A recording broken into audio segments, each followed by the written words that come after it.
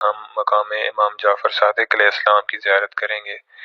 اس مقام کے بارے میں روایات بتاتی ہیں کہ امام صادق علیہ السلام ایک مدت تک یہاں پر قیام پذیر رہے اور عبادت اور دعا میں مشغول رہے۔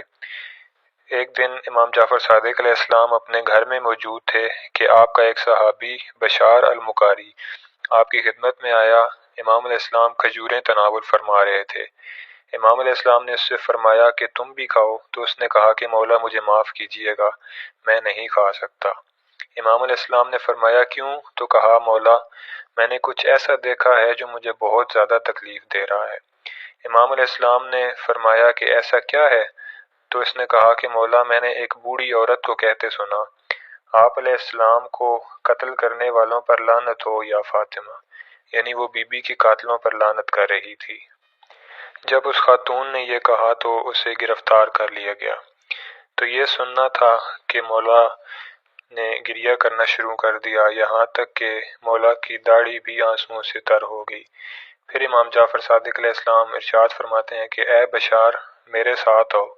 بشار کہتا ہے کہ امام علیہ السلام مجھے مسجد سہلہ میں لے گئے اور ایک مقام پر 2 رکعت نماز ادا کی جو کہ یہی مقام ہے۔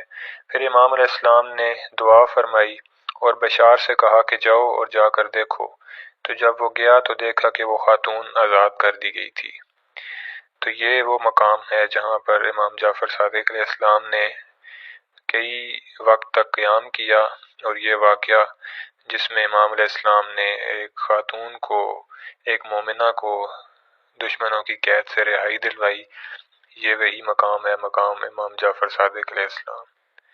تو مومنین کرام یہ مسجد سہلہ کی دوسری زیارت تھی، دوسرا پارٹ تھا۔ انشاءاللہ آئندہ ویڈیو میں ہم مقام امام زین العابدین جو اس کے بالکل ساتھ ہی بائیں سائڈ پر ہے اس کی بھی زیارت کریں گے، اور آخری ویڈیو میں مقام امام زمان علیہ السلام، مقام امام مہدی علیہ السلام کی زیارت کریں گے، اور وہاں پر جو امام علیہ السلام کے لوگوں سے ملاقات کے واقعات ہیں، اپنے شیعوں سے ملاقات کے واقعات ہیں، ان کا بھی تذکرہ کریں گے۔